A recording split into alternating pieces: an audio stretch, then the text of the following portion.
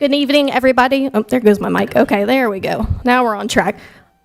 All right, good evening, everyone. I'd like to call the Public Power Hour to order. Thank you all for being here tonight. We currently have 3 people who are on the list to speak. If there's anyone after them and we still have time, we will invite you down. Each person will state their name and address for the record. Power Hour is a listening opportunity for council, and we always appreciate hearing from our citizens. We typically try to keep each individual to 5 minutes. There are no directors in the room, and no decisions will be made tonight. This is an opportunity for us to listen and give guidance, and at this time, I will call down Shelley Fortin.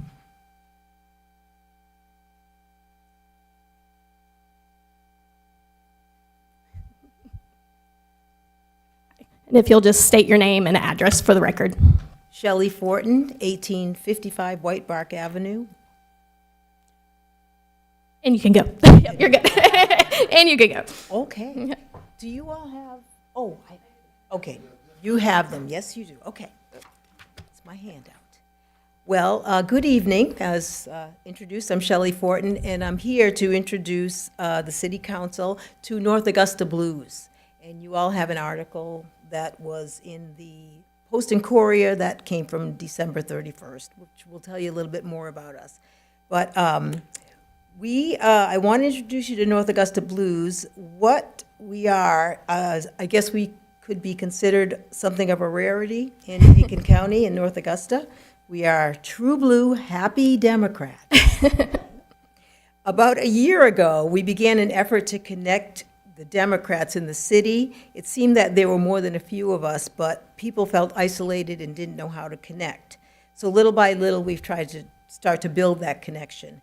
And I'd say we've become a real force. We have a local private Facebook page where we have 75 members. We have regular meetings, and we try to support local venues. We've had meetings at Cavalier Coffee House, Stone Roastery, North Augusta Olive and Wine Bar, Antonio's, Beckplex. And we work on community efforts. And we had a table at the Jack-o'-lantern Jubilee where we did voter registration and handed out information. And we've also helped with a Veterans Wellness event at the Beckplex. And one of our members had a North Augusta Blues team that participated in the CSRA Walk for Water. So we're community-minded people, and we support the community. Today we're here for 2 reasons. First, to introduce ourselves and identify ourselves to you as a resource for city events and projects. We want to be involved, and we have a good network to provide people who can enhance success by bringing different perspectives together to support community efforts. The handout I have provided gives you our email address on the back of the article, and we would be happy to respond and participate in projects or plans being undertaken. Second, I want to share information with you about the First in the Nation primary. As I'm sure you know, for the first time ever, South Carolina was selected to hold the first Democratic presidential primary in the country. So that takes place on Saturday, February the 3rd. It gives South Carolina the first voice in selecting the Democrat presidential nominee. So, of course, this year it's kind of cut and dried because we have an incumbent president, but it will still bring a lot of attention and potential business to the state. It's something to think about because the focus and attention that comes with being first in the nation brings commerce. The Iowa Democratic Caucus is being done this year by mail-in ballot, but the Republican caucuses, you probably saw them last week. If you saw that coverage, you know that there was tons of press, there is tons of candidates and their staffers. They all descended upon the state. And in fact, in the Des Moines metro area, they estimated that the 2 weeks leading up to the caucus brought in $11.3 million to their businesses. So if we're able to keep the First in the Nation Democratic primary here for 2028, when we will not have an incumbent on the ballot, that poises South Carolina to reap in similar benefits for local businesses, restaurants, and hotels. We're working hard to get the vote out for the primary to ensure that we can keep our First in the Nation status. We, the North Augusta Blues, are currently running a campaign now to text Democrats to remind them to vote in the primary and to share what their voting locations are. As you may know, almost 2/3 of the voters in Aiken County are going to be voting at a different polling site than they normally do. So we're texting people, telling them to vote, telling them that it's important, and explaining where they're shifted to vote. While it is thought that there are not many Democrats in this city, there are more than you think. A lot of people are afraid to come out of the woodwork, I'll tell you, it's true. But Aiken County Democrat Party supplies us with probable Democrats in the city. They derive those lists by looking at who's voted in Democrat primaries in the past, looking at some demographic information, and they provided us with a list of about 5,000 voters in the city. And there are 19,000 adults in the city. 5,000 voters in the city tend to vote Democrat. It's not a small number. It's a minority, but we're a valuable resource of strong and committed community members who want to see North Augusta move forward and thrive. We would like you to join our efforts, and we'd like to join yours as we move North Augusta forward. Thank you. Thank you. Thank you for taking the time to come here tonight. And honestly, getting more people involved is what matters. So getting more people to vote, whether we're Republican or Democratic, it's about getting that awareness out there, getting more people involved, educating more people, and that's what leads to success. And we certainly all want to listen to each other as well. So thank you, Shelley. You're welcome. Please contact us. We'd like to be involved. All right, let's see. John Felak, you want to come on down?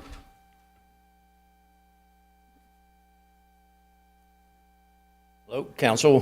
John Felak, address 1901 White Bark Avenue. Shelley and I are almost neighbors.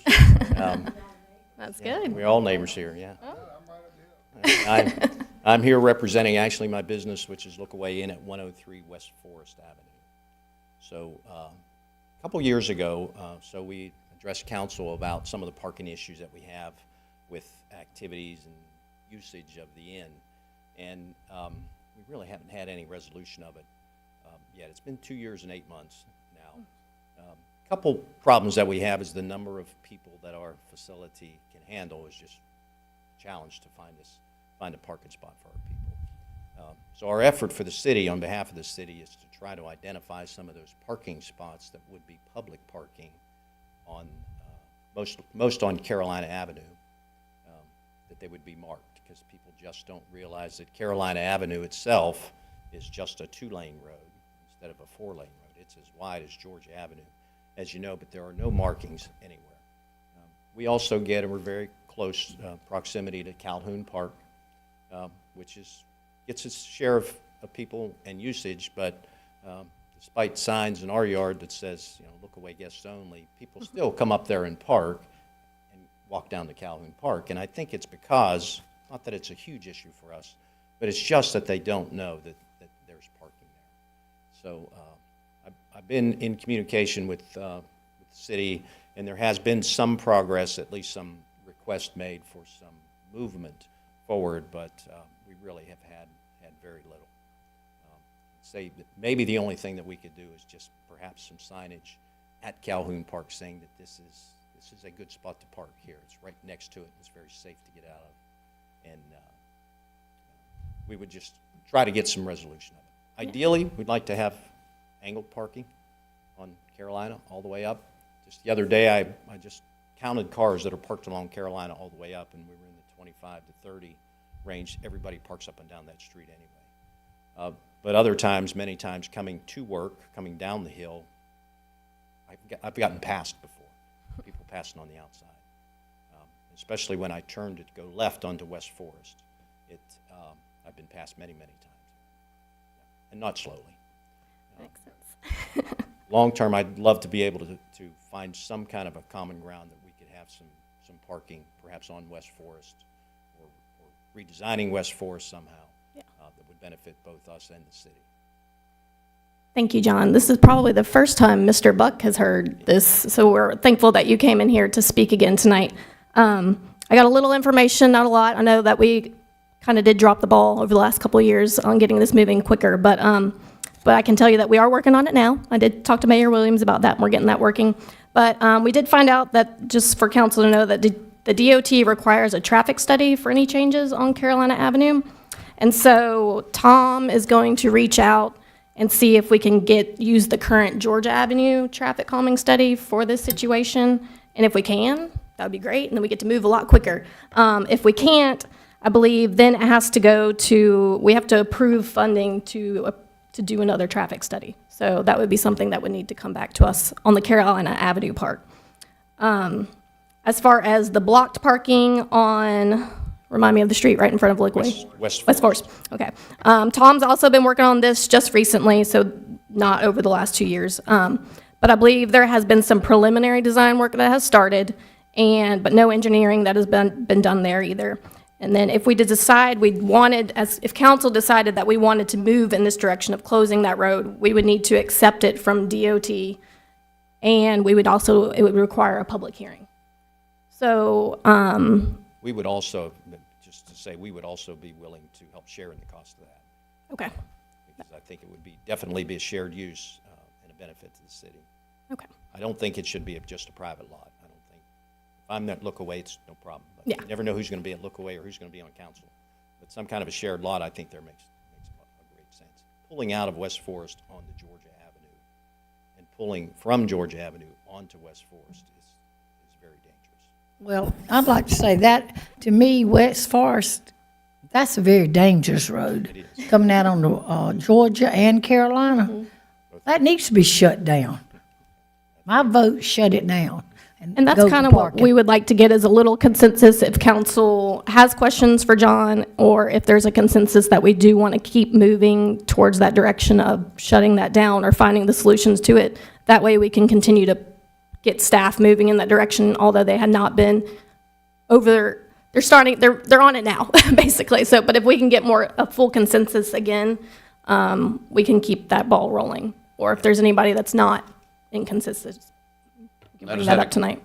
Quick question, John. Because I know it's parallel parking on Carolina Avenue, but like you say, a lot of people don't. Do you think it would help if we had in the meantime, have a sign made that says parking for, I can't even think of the name of the park now. Calhoun Park, and just put them right there by the trees. I mean, that's a simple solution. I think that would be a great improvement. Okay, A great so improvement maybe for we us. could look into that. I mean, a sign couldn't be very expensive.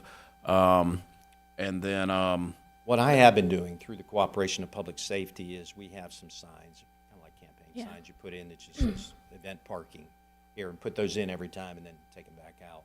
I might also add that public safety's worked excellent with me as far as having to close that road off for bigger events, and it seems to work fairly well. well, that was the other thing I was going to ask. I know we had bounced this idea around for a while now, but you're thinking when you're having a private event, you put a sign out that says private event and, parking only, which, I guess that's a win-win since you are sharing the cost.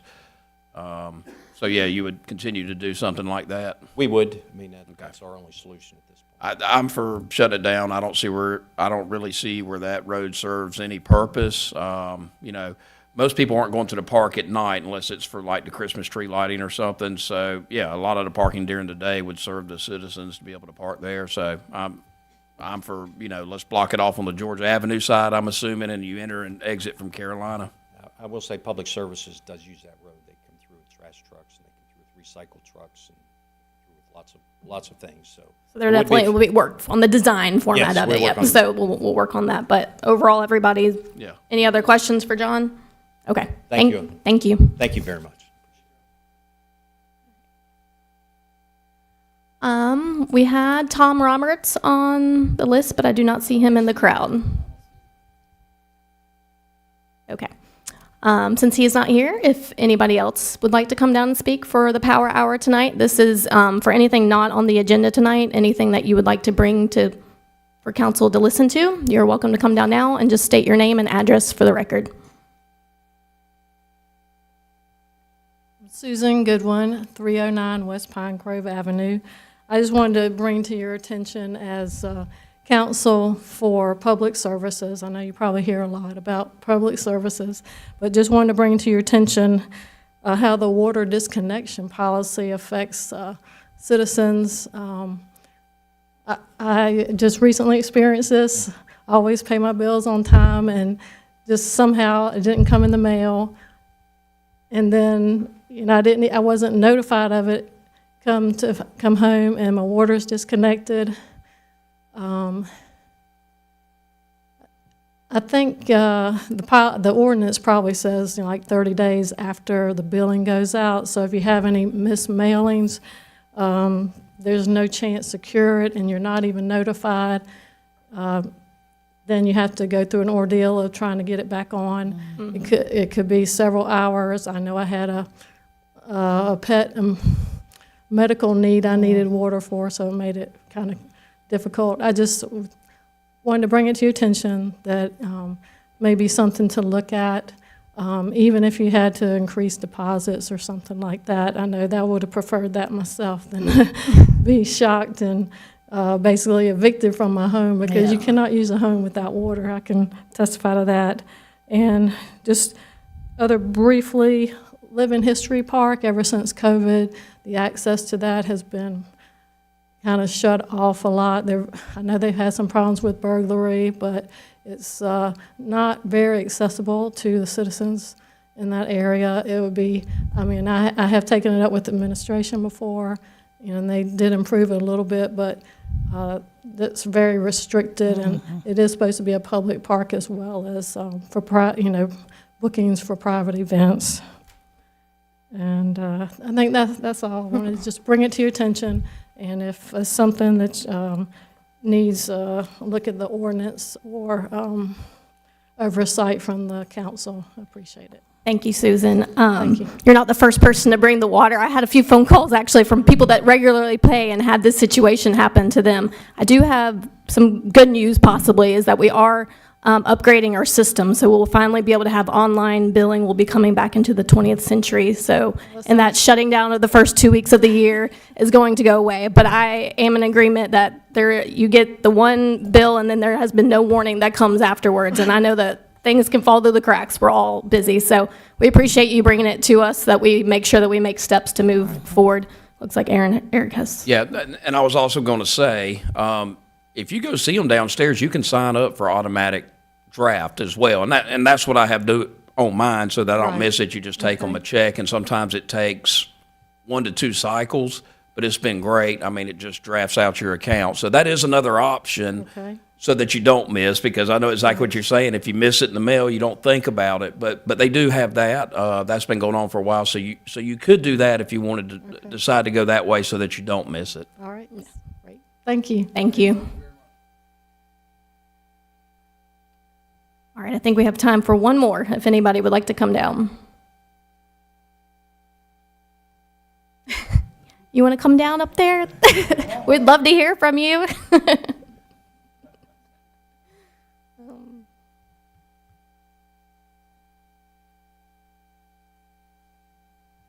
Am I good to close it? Okay. All right, if that is everybody, we're going to close the public power hour at this time.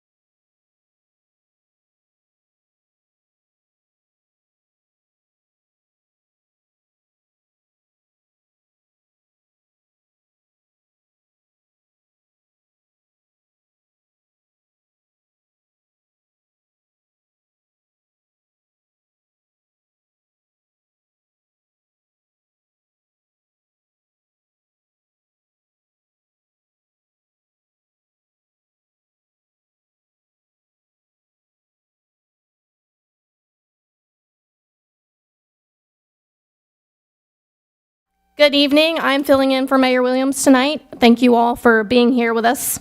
I would like to call the January 22nd, 2024 special called City County Council meeting to order. At this time, you may join me in prayer. Dear God, please be in this room tonight. Help this council to make wise and smart decisions. Please be with each citizen here tonight and calm all of our minds. Amen. If able, please stand for the Pledge of Allegiance. I pledge allegiance to the flag of the United States of America and to the republic for which it stands, one nation, under God, indivisible, liberty and justice for all.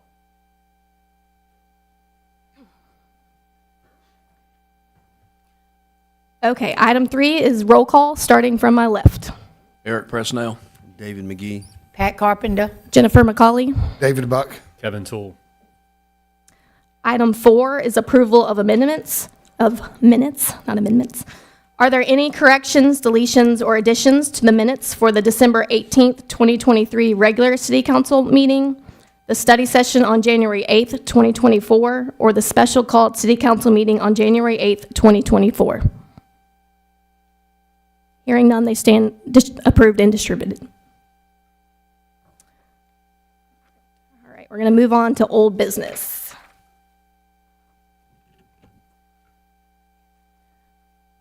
Item number 5, Planning and Development, Ordinance number 2024-01 to amend the zoning map of the City of North Augusta, South Carolina by rezoning .05 acres of land owned by Riverside Village H Owner LLC, Aiken County Tax Parcel Number 007-17-02-009, 007-17-02-010, 007-17-02-011, 007-17-02-012, and 007-17-02-013 from PD Plan Development to Downtown Mixed Use 2. This is the second reading. Do I have a motion to approve this on second reading? All right, Ms. Carpenter. All right, and McGee. Carpenter and McGee. Do you have anything to add at this time, Mr. Clifford? So for the council, as a reminder, this is an item that went before the Planning Commission back in December of last year, discussed it at our first special called City Council meeting of the year. And for the council members, the reason, and for our citizens at home, the reason why this is listed as a special called council meeting this evening, as was the first one they had, is it is not on the standard first or third Monday of the month. So that's why this is listed as a special called. So regardless, here on this particular action, this is zoning the original H properties in the proper way. The rest of the village, Riverside Village, was zoned appropriately. And so the developer asked for an administrative correction to the record, and that's what was before the Planning Commission, which they approved and sent back here to council. We had a positive vote on this at the last council meeting, and staff recommendation remains unchanged, and that we'd recommend passage of this ordinance. Any council discussion? Any citizen discussion? Okay, at this time, I'll ask for a vote. All in favor? That is 1, 2, 3, 4, 6 yay and 0 no. All right, item number 6 is our 2024 jury box. This is a routine action. Oh, wait, I have to, sorry. This is a routine action. Council has received the 2024 municipal jury list containing the names of all registered voters and the names of individuals with a South Carolina's driver's license in the City of North Augusta jurisdiction. Do I have a motion to accept this action? I'll second. Second. Buck. Any council discussion? Any citizen comments? Okay, at this time, I'll ask for a vote. All in favor? That is 6-4. All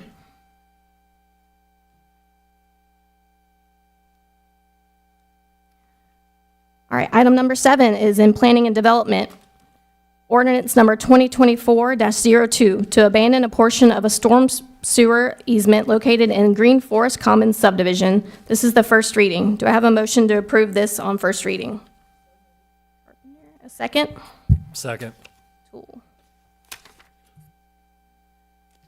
Mr. Clifford, do you have anything to add on this one? So for the council, as a reminder, Tom Zeser talked about this during the study session. And so ultimately what you have here was the storm sewer easement that was passed in 2001 is being requested to be abandoned because the developer put in a more updated sewer line along a different track. And so it was in the opinion of Director of Public Works to give up the first easement that we have. The staff has no objections to that and recommend moving forward with this action. Any council discussion? Any citizen comments? All right, hearing none, I'll ask for a vote. All in favor? That's unanimous.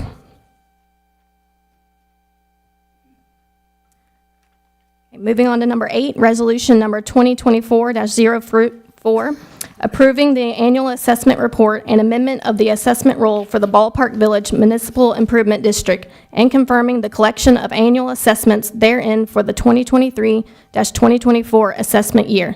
Do I have a motion to approve this resolution? Presnell, do I have a second? Second.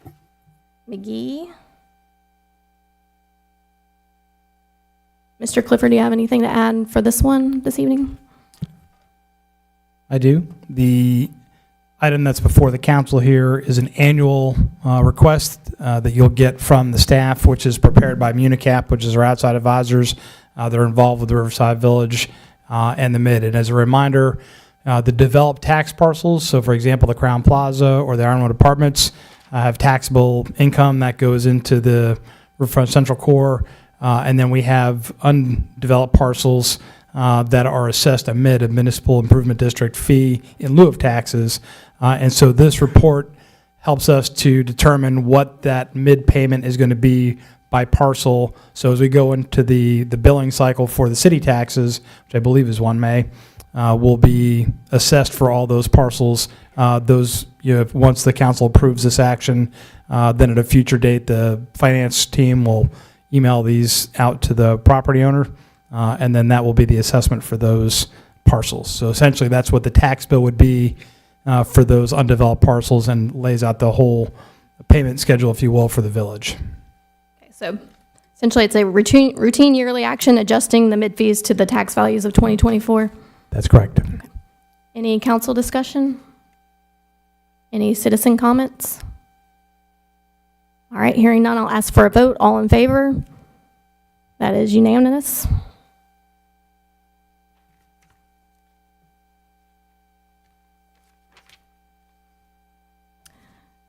Okay, moving on to number 9. In administration, this is resolution number 2024-05, authorizing extensions of awarded allocation of the Accommodations Tax Advisory Committee for the disbursement of revenues from the accommodations tax year 2021 to 2022. Do I have a motion to approve this resolution? So moved. Carpenter, second. Second. Okay.